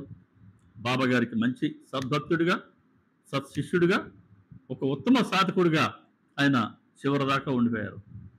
బీవదేవ్ గారు వ్యాఖ్యానించారట, భగత్ మహాల్సపతి నిశ్చయంగా భక్త మాణిక్యమే. భగత్ అంటే భాగవతుడు లేదా భగవంతుడి భక్తుడు. భగవంతుడికి భక్తుడు అయ్యాడు. సాక్షాత్ భగవంతుడు ఈయన కోసమే షిరిడికి వచ్చాడు. వచ్చి అదిగో మనందరికి కూడా సద్గురువై, సమర్థ సద్గురువై మనందరినీ కూడా ఆయన ప్రేమగా ముందుకు నడిపిస్తూ ఉన్నారు, తమ పాదాల చెంతకి రప్పించుకునేందుకు. మాల్సపతి గారు మనందరికీ ఆయన బాబాగారి భక్తులకి, ఈ బాబాగారి భక్త సేనకి ఆయన సేనాని మాల్సపతి. అలా మాల్సపతి గారు బాబాగారి శిక్షణలో ఇటువంటి స్థితిని పొందారు. మరి అదే కదా జన్మరాహిత్యం అంటే. తమ మరణాన్ని తామే నిశ్చయించుకుని ఆయన వెళ్ళిపోయేంతగా ఆయన ఎదిగారు బాబాగారి శిక్షణలో. అలా బాబాగారు ప్రేమతత్వం, వారి సమర్థత, ప్రేమని పంచుతున్నారు, మనలో ప్రేమను జనింపచేస్తున్నారు, ప్రేమను పెంచుతున్నారు. చివరికి భవసాగర తీరం వైపుకి నడిపించి తీరాన్ని ఆయన తరింపచేస్తున్నారు. ఇలా మనలాంటి సాధారణ భక్తుల్లో ప్రేమని జనింప చేయడం, ఆయన ప్రేమను పంచడంతో పాటుగా ప్రేమను జనింప చేయడం, ప్రేమను పెంచడం, చివరికి మన లక్ష్యాన్ని చేరుకునేలాగా మన జీవితాన్ని సఫలం చేయడమే బాబాగారి సమర్థత. ఇది బాబాగారు స్ఫురింప చేసినంత మేరకి ఈరోజు మనం ఈ అంశాలు ప్రస్తావించుకున్నాం. శ్రీ సచిదానంద సమర్థ సద్గురు సాయినాథ్ మహారాజుకి జై. సర్వే జనా సుఖినో భవంతు, లోకా సమస్తా సుఖినో భవంతు, సమస్త సన్మంగళాని భవంతు. ఓం శాంతి శాంతి శాంతి. సర్వం శ్రీ సాయినాథార్పణమస్తు. శుభం భవతు.